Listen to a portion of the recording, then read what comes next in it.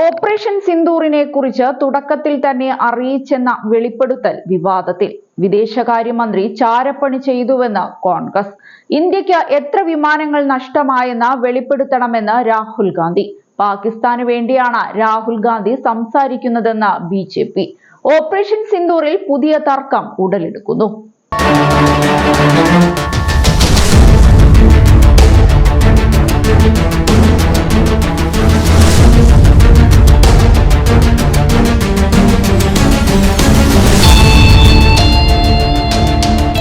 Operation സിന്ദൂറിന്റെ തുടക്കത്തിൽ തന്നെ ആക്രമണത്തിന്റെ നീക്കം കേന്ദ്ര സർക്കാർ പാകിസ്ഥാനെ അറിയിച്ചതിനെ കുറ്റപ്പെടുത്തി പ്രതിപക്ഷ നേതാവ് രാഹുൽ ഗാന്ധിയും കോൺഗ്രസും രംഗത്ത്. ഓപ്പറേഷൻ സിന്ദൂറിനെ സംബന്ധിച്ച് പാകിസ്ഥാൻ നേരത്തെ അറിഞ്ഞതിനാൽ ഇന്ത്യയുടെ യുദ്ധവിമാനങ്ങൾ തകർക്കപ്പെട്ടുവെന്നാണ് രാഹുൽ ഗാന്ധി ആരോപിക്കുന്നത്. എത്ര യുദ്ധവിമാനങ്ങൾ നഷ്ടമായെന്ന ചോദ്യത്തോട് വിദേശകാര്യമന്ത്രി S ജയശങ്കർ പ്രതികരിക്കാത്തത് ഒന്നും പറയാനില്ലാത്തത് കൊണ്ടാണെന്നും രാഹുൽ ഗാന്ധി എക്സിൽ കുറിച്ചു. ഇതോടെ രാഹുൽ ഗാന്ധിക്കെതിരെ BJP കടുത്ത ആരോപണങ്ങളുമായി രംഗത്തെത്തി.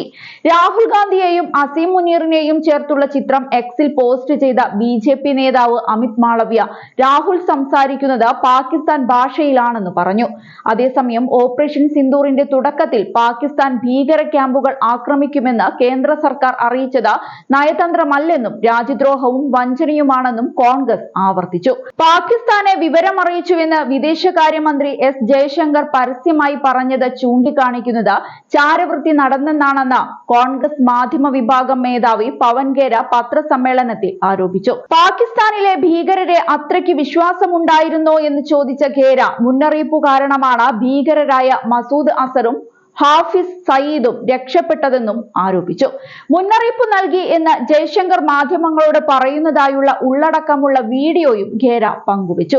കഴിഞ്ഞയാഴ്ച മുഴുവൻ യുദ്ധം അവസാനിപ്പിക്കാൻ താൻ മധ്യസ്ഥത വഹിച്ചുവെന്ന് അമേരിക്കൻ പ്രസിഡന്റ് ഡൊണാൾഡ് ട്രംപ് ആവർത്തിച്ചു കൊണ്ടിരുന്നുവെന്ന് ഖേര ചൂണ്ടിക്കാട്ടി.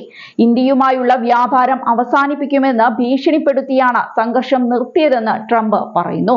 മോദിയുടെയും വിദേശകാര്യമന്ത്രിയുടെയും BJP നേതാക്കളുടെയും എന്തു രഹസ്യങ്ങളാണ് അമേരിക്കയുടെയും ചൈനയുടെയും കയ്യിലുള്ളതെന്ന് ഖേര ചോദിച്ചു. എന്നാൽ ഓപ്പറേഷൻ സിന്ദൂറിനെ കുറിച്ച് പാകിസ്ഥാനെ ഇന്ത്യ മുൻകൂർ അറിയിച്ചെന്ന ആരോപണങ്ങൾ തള്ളി വിദേശകാര്യ സെക്രട്ടറി വിക്രം മിസ്രി രംഗത്തു വന്നു.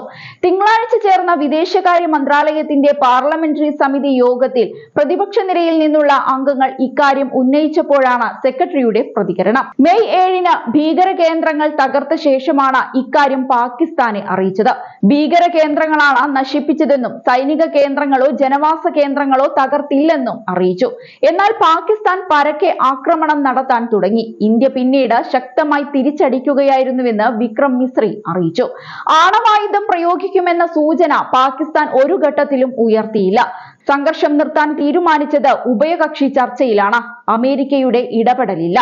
വെടിനിർത്തലിന് ധാരണയുണ്ടാക്കിയ വിവരം അമേരിക്കൻ പ്രസിഡന്റ് ഡൊണാൾഡ് ട്രംപിനെ ഇന്ത്യ അറിയിച്ചില്ല എന്നും മിസ്രി പറഞ്ഞു. മിസ്രിക്കെതിരെ ഉയർന്ന വിമർശനങ്ങളെ പാർലമെന്ററി സമിതി ഏകകണ്ഠമായി അപലപിച്ചതായി അംഗങ്ങൾ വ്യക്തമാക്കി.